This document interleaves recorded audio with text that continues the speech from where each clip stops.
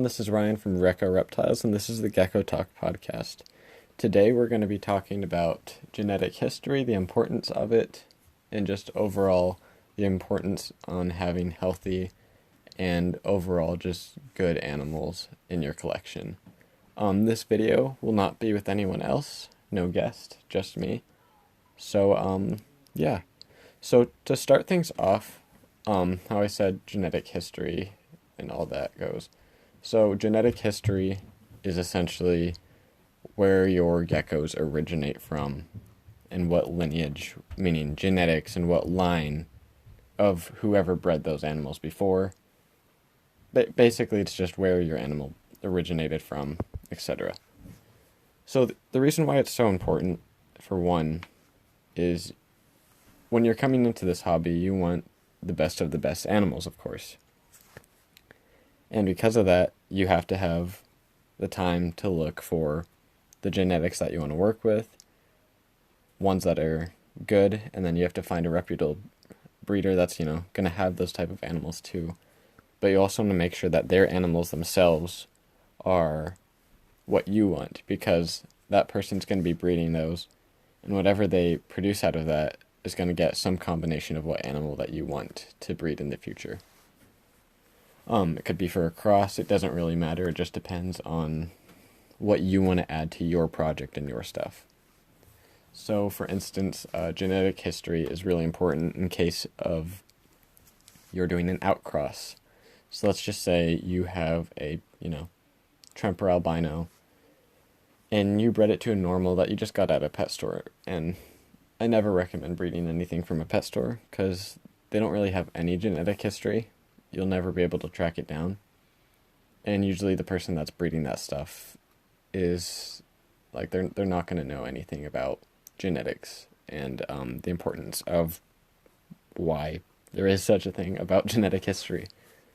But the animal that you bred it to could be het for something, and eventually down the line you could get some chance of breeding it to another animal that could be het for the same thing, and you hatch out that animal, and it just kind of screws up your entire project. And that's why genetic history is also super important, because then you'll get lots of breeders who will say possible het for something. So or possible snow, for instance. There's people out there that have, let's just say you have a Tremper and you bred it to another Tremper that was snow, and the animal's kind of looking snow, the baby or the offspring's kind of looking snow, but you're not 100% sure. That's when people will say possible snow, and that's really important for genetic history, because when you're buying an animal like that, you have to take, it's like a 50-50 chance that that animal could be snow and not snow. So test breeding is really important. Test breeding is also extremely, extremely important when it comes to outcrossing stuff, creating new lineage, new lines, etc. Especially when you add, if you've been line breeding for so long, outcrossing is ideal, and you're going to want to do that. No matter what, I think everyone needs to outcross eventually, probably second year or third year.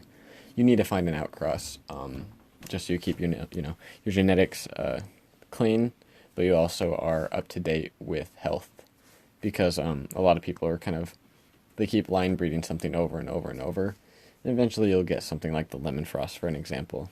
When you line breed something for so long, that issues start to occur, and it just doesn't end well for the animal or the seller or the breeders of whatever that case may be. So yeah, for a good example of an outcross, cleaning up a Tremper lineage, because or just any animal that's recessive, if you kind of look at it, they're all related, and they all came from the one animal, one or two. So they're all related. So that's why I think it's proper, to have a subspecies, or not subspecies, the pure species of it, the Eublepharis macularis, to outcross it and clean up everything, because health is really the main concern, in my opinion. Of course, you're going to want the best of the best looking animals, but you also have to go head and toe, that you have to realize that before you can have the best looking, you have to have the best health. So, in my opinion, health is the absolute most important part of the animal's care. So then we go into the part where let's just say you're a new breeder, for instance, and you're coming into the hobby, and you're looking for animals that you want to work with. You find some, but you're stuck between two different breeders. There's this breeder who is very reputable. They have a big name, and their genetics are insane. Like their history is just amazing. But then you also look at their price range. Their price is pretty high, and their demand is also pretty high. But they also have the name though too, because they're reputable. And if you have that genetics, then everyone's gonna support what you have. But then there could be another buyer, perhaps someone local to you, who is selling something the exact same thing, just a lot cheaper, and may not just be as well known and doesn't have the best name out there. In that case, I suggest going with the name, because they obviously have really great reviews on their genetics, but they're also going to be, responsible if anything were to go wrong. And of course, they'll have backup for, double checking their genetics. But just the extra, it could be even a $50 difference. Always go with it if it's a little bit more from someone that's very reputable, because it's just and no difference. It's a better animal. Not,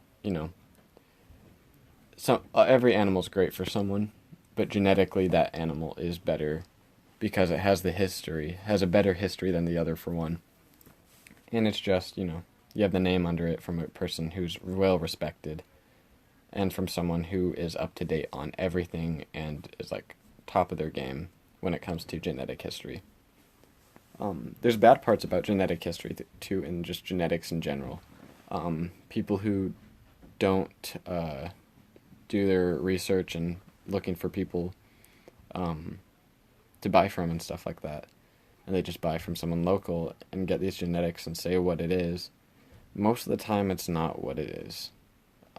I can name many cases where people say that they have pastel, for instance, or white and yellow, max snow, and they're buying these animals, and and then once they start breeding their own stuff and they start selling it as that, then they get called out for not having the real genetics because it never proves out. So always make sure that whoever you're buying from actually knows what they're talking about. And there's a lot of great people out there. So there's morphs that I don't work with, that I always have friends that do breed that stuff. And I'm fortunate to have that, so anyone who asks me for certain things, I always direct them to people who know more than me in that classification as far as morphs go, and how certain ones work, because I don't work with, Blizzard or anything like that, or Diablo Blancos, White Knights, none of the solid color stuff. So, yeah. So now we're going to get into the importance of what you have in your collection as far as genetics and what you want to proceed to work with, so to make sure that you have the best of the best genetics.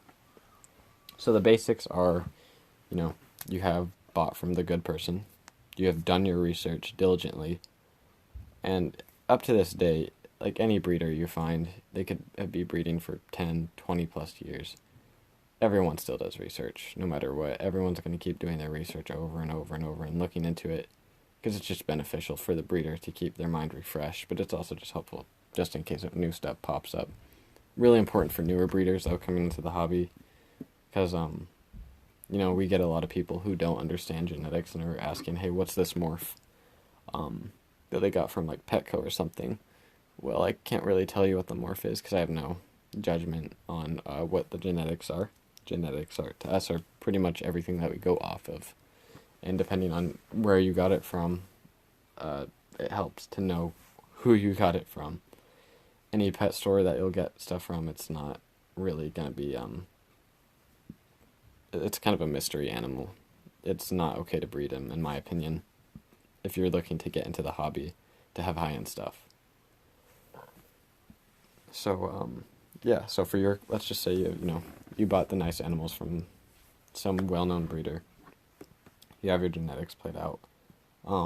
Now the importance of, in your case, is making sure that you refine and keep those genetic history, or keep that genetic history with your lineage, and make sure that this is, what's in what, and you're pairing what to make sure that it's correct. Like, you're not going to be pairing Bell to Tremper, because you have no idea what you're going to get if you pair that back. Like, you'll have the hets pair back, and it could be both, perhaps two albino formed, and it's not nice. It doesn't help anyone. That's why there's the 3 strains, and we keep the strains away from each other, because they're separate for a reason.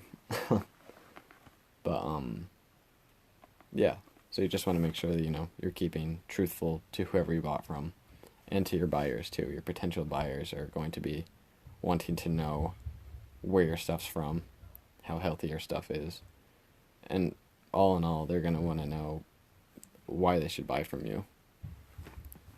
So, overall, it's a interesting way to get into the hobby, to understand all this stuff first.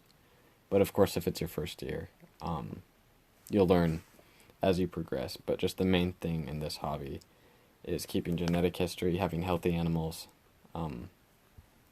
Make sure you work with stuff that you like. Because if you don't like it, then why are you kind of doing it? You're just kind of breeding stuff to breed stuff, and I don't think that's very ethical. I don't think anyone really thinks that's ethical, to be bringing life into the world that you're not really going to like and have a hard time selling. Because for one, if you're doing this to sell your animals, that's like a business standpoint too, and there's no demand for it, then why are you doing it?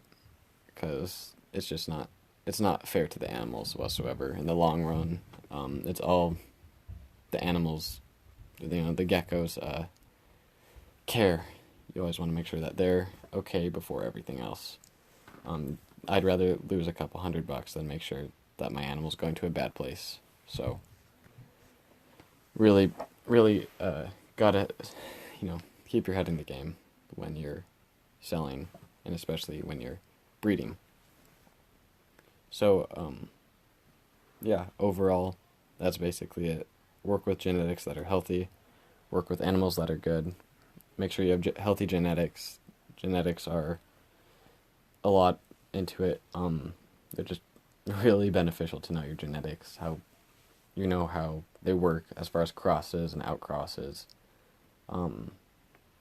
Like tangerines, for instance, some people will say, this is het tangerine. You can't have a het tangerine because het tangerine is not a thing. Tangerine isn't a recessive. There's different strains of tangerine too. It's a line bred thing. Polygenics, It's line bred traits, or like people will say it's het bold stripe. Same thing there, polygenic. Just get to know your genetics, get to know your health of the animals, make sure that they're top-notch, food, calcium, get as much information as possible, and you'll be good. And always ask help from breeders too, because they'll always be willing to help. So yeah, thank you guys for watching and listening. While I rambled and basically gave a few, pointers on what to help you, or just to, let newer people know why genetics are important, or just people who are interested in why they should be spending a little bit more on an animal that looks the same, but overall is going to be a lot more worth it in the end. So, yeah, thank you guys, and I will see you guys in the next episode.